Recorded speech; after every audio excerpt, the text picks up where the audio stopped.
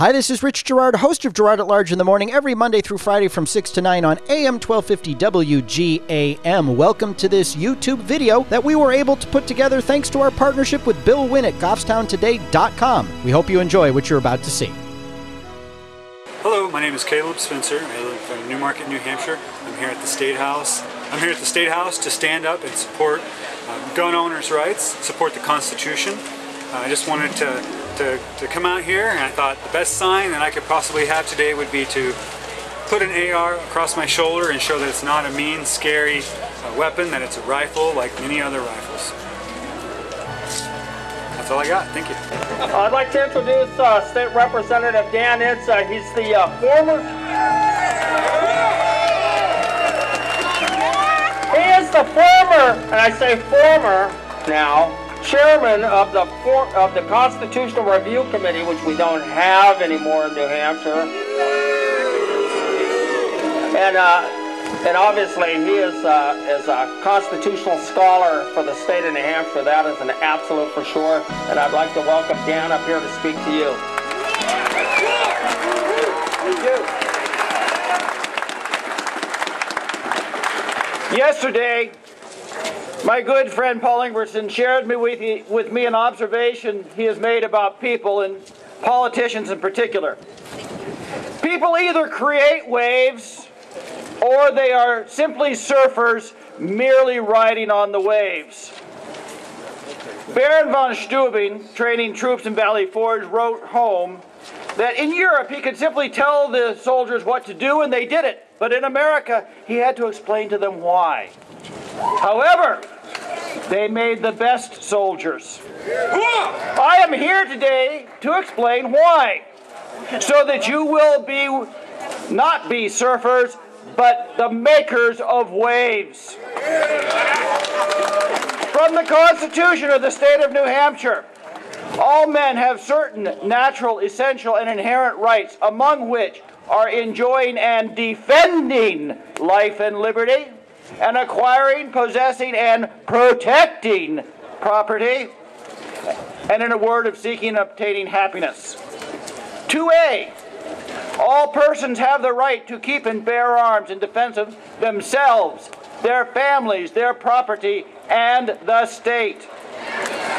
Article 7, the people of this state have the sole and exclusive right of governing themselves as a free, sovereign, and independent state, and do and forever hereafter exercise every power, jurisdiction, and right pertaining thereto, which they may delegate to the Congress, to the United States of America in Congress assembled. Article 24, a well-regulated militia is the proper, sure, and natural and sure defense of a free state. From the laws of the state of New Hampshire, 1776, General Court of New Hampshire, the militia laws.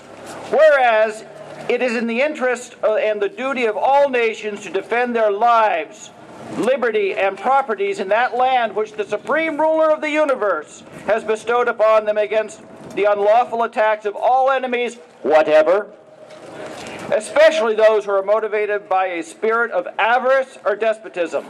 And it continues, that every officer and private soldier of said militia, not under the control of parents, masters, or guardians, shall equip himself and be constantly provided with a good firearm. And that was everybody. From the Constitution of the United States of America, Amendment 2nd, you've been said before, but a well-regulated militia being necessary to the security of a free state, the right of the people to keep and bear arms shall not be infringed. Neither this state nor the United States of America has the power to deprive you of your rights of self-defense and defense of your family. In Federalist Paper 46, Madison describes how a militia will naturally enjoy an advantage of 25 to 1 relative to any regular army. He went on to say, quote, "It may well be doubted whether a militia thus circumstanced could ever be conquered by such a proportion of regular troops. Those who are best acquainted with the last successful resistance of this country against British arms will be most inclined to deny the possibility of it. Besides being the advantage of being armed, which Americans possess over almost every other nation, the existence of subordinate governments to which the people are attached and by which the officers of the militia are appointed forms a barrier against enterprises of ambition more insurmountable than any which a simple government of any form can admit. Notwithstanding, the military establishments in the several kingdoms of Europe, which are carried as far as the public resources will bear, the governments are afraid to trust the people with arms." Is that beginning to sound familiar? Yeah. And the Declaration of Independence states that whenever any form of government becomes destructive of these ends, the preservation of rights and the pursuit of happiness, it is the right of the people to alter or abolish it, and to institute new government, laying its foundation on such principles as will seem to them most likely to affect their safety and happiness. There are those in the government of the United States of America and in the government of this state who would deprive you of the right to defend yourself.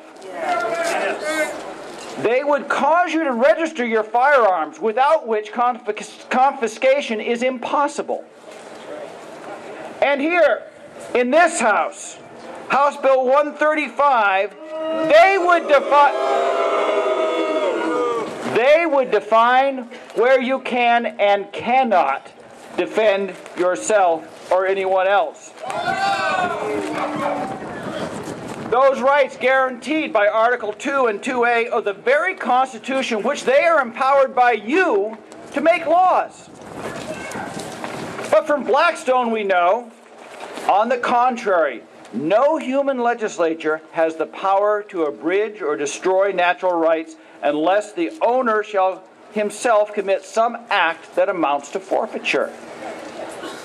Is there any article of any constitution in which you, the people, have surrendered your rights of self-defense or the defense of the state? No! Have you as a people committed any act that amounts to a forfeiture of your rights of self-defense? No! Nor will I! Your need is great. The time is short, and you are justified by the documents which create your states, individually and united. Now is the hour when you must demand of your representatives, and after all, they are the representation of you in your government, that they organize a state guard, a body comprised of you. To provide security in natural and, shall we say, man-made disasters. A body having no direct obligation to the United States of America, formed to protect your lives, your liberty, and your property, and your state. Now, you have an opportunity today. You're all here. Up in Representatives Hall, there's a public hearing in which they are seeking to repeal the education tax credit. Before you leave, go up and sign in and say no. Thank you. God bless you, and God bless the state of New Hampshire.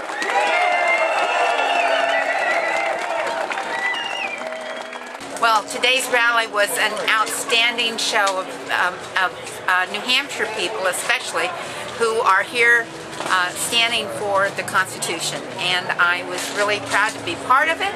I hope everyone will remember to read their Constitution, to get educated about it, and then take some action to make sure that we don't lose our privileges. We just finished up our Second Amendment rally here today, and it's Line in the Granite, because we're the Granite State. I think we had a wonderful turnout. We had a beautiful day. January 31st to have temperatures in the 40s is exceptionally good. but I was really encouraged by the reaction of the crowd and the quantity of people that came out on a work day in the middle of the afternoon to come and listen to the speakers today. And you can tell that the folks today are very impassioned. They know what's happening in their country, and I just had a discussion with a Democrat who came up to me and said he was very happy to hear that I talked about blurring the R and the D and focusing on being an American, and that's what it has to be about. We've got to make certain going forward that we ask the right questions of the people running for office and make sure that they will protect and defend the Constitution and honor their oath that they take, each and every one of them. So I was thrilled with the turnout. I was very happy. Our speakers did a wonderful job. And we look forward to doing some more of this.